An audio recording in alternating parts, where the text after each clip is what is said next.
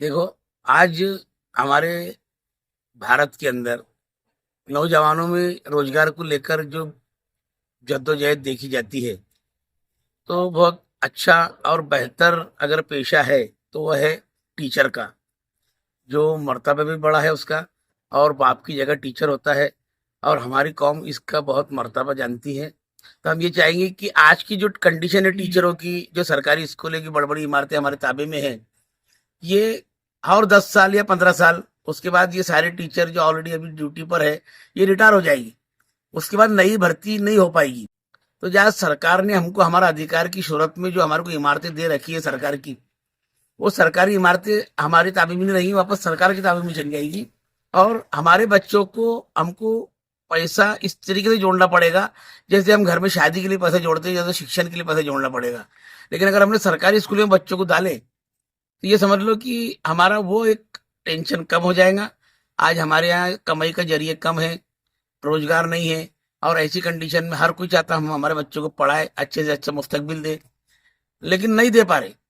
कहीं ना कहीं बच्चे रोजगार की शक्ल में अपने घर को चलाने के लिए काम पे लग जा रहे, और उसकी वजह हम हैं, समाज के लोग हैं, जो सरकारी स्कूलों में ध्यान नहीं दे रहे, और प्राइवेट स्कूलों में हाई डोनेशन देकर भी अपने बच्चों को पढ़ाने की कोशिश कर रहे हैं।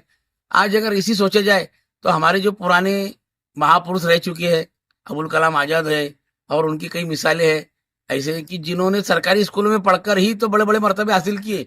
सरकारी स्कूलों में लोग अपने बच्चों को डालना नहीं चाहते हैं। हालांकि अब वहाँ पर भी अच्छा काम हो रहा है और वहाँ पर भी केजी क्लासेस शुरू कर दी गई हैं। तो इस सिलसिले में आप क्या कहना चाहेंगे? देखो, ये तो एक अल्लाह के तरफ से वो टीचर हजरातों के दिमाग में अल्लाह ने एक समझ लो कौम के लिए एक गिफ्ट डाल दिया, कि वो अपने 100 खर्चे से तुम्हारे से केजी में बच्चे, केजी भी चालू कर दिए, और केजी में बच्चे भेजने के बाद में आपको 1 रुपये डोनेशन नहीं देना है। हमारी 10 नंबर स्कूल के टीचर हजरात की इस कुर्बानी को सलाम है, कि हम ये देख रहे हैं कि उन्होंने अपनी पगार में की कटौती कर कर बच्चों को बस्ते से लेके तो ड्रेस यूनिफॉर्म तक के का अरेंजमेंट किया है।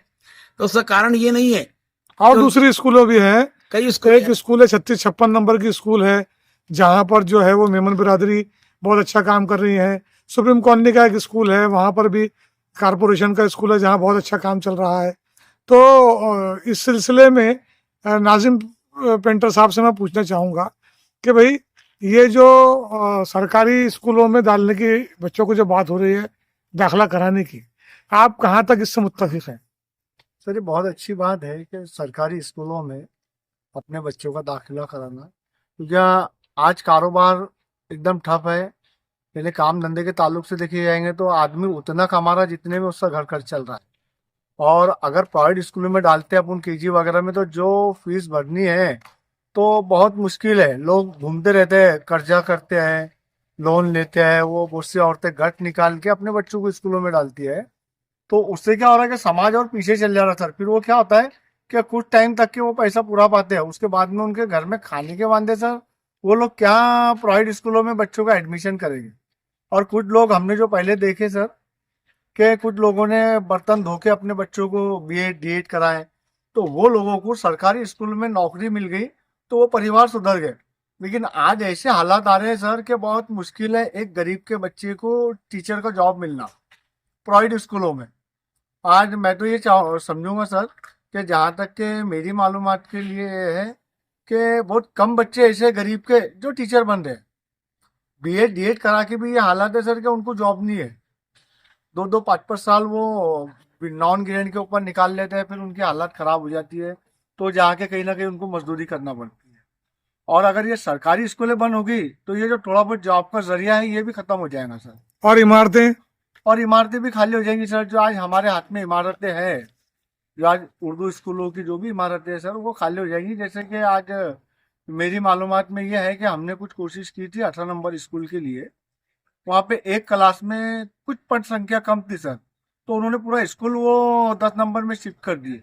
जबकि हम कुछ लोग मिलके ये चाह रहे थे कि अपने बच्चों को प्राइवेट स्कूल से निकाल के वहाँ पे जो पद संख्या कम है उसको पूरी करना।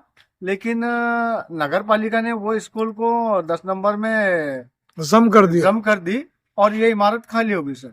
कादिर साहब, हम आपसे पूछना चाहेंगे कि हमने सुना है कि आपने मिशन बनाया कि इस साल आप सिर्फ जलगांव शहर ही नहीं बल्कि पूरे ज़िले में मुहिम चलाएंगे कि ज़िला परिषद की स्कूलें हों या नगर पालिका की हो या कारपोरेशन की स्कूलें हों, वहाँ पर सरकारी स्कूलों में ज़्यादा से ज़्यादा दाखिले हों, चाहे वो उर्दू स्कूलें हों या मराठी स्कूलें ये हों। मराठी क्या ये सही बात है कि आप इस मिशन को चलाएंगे?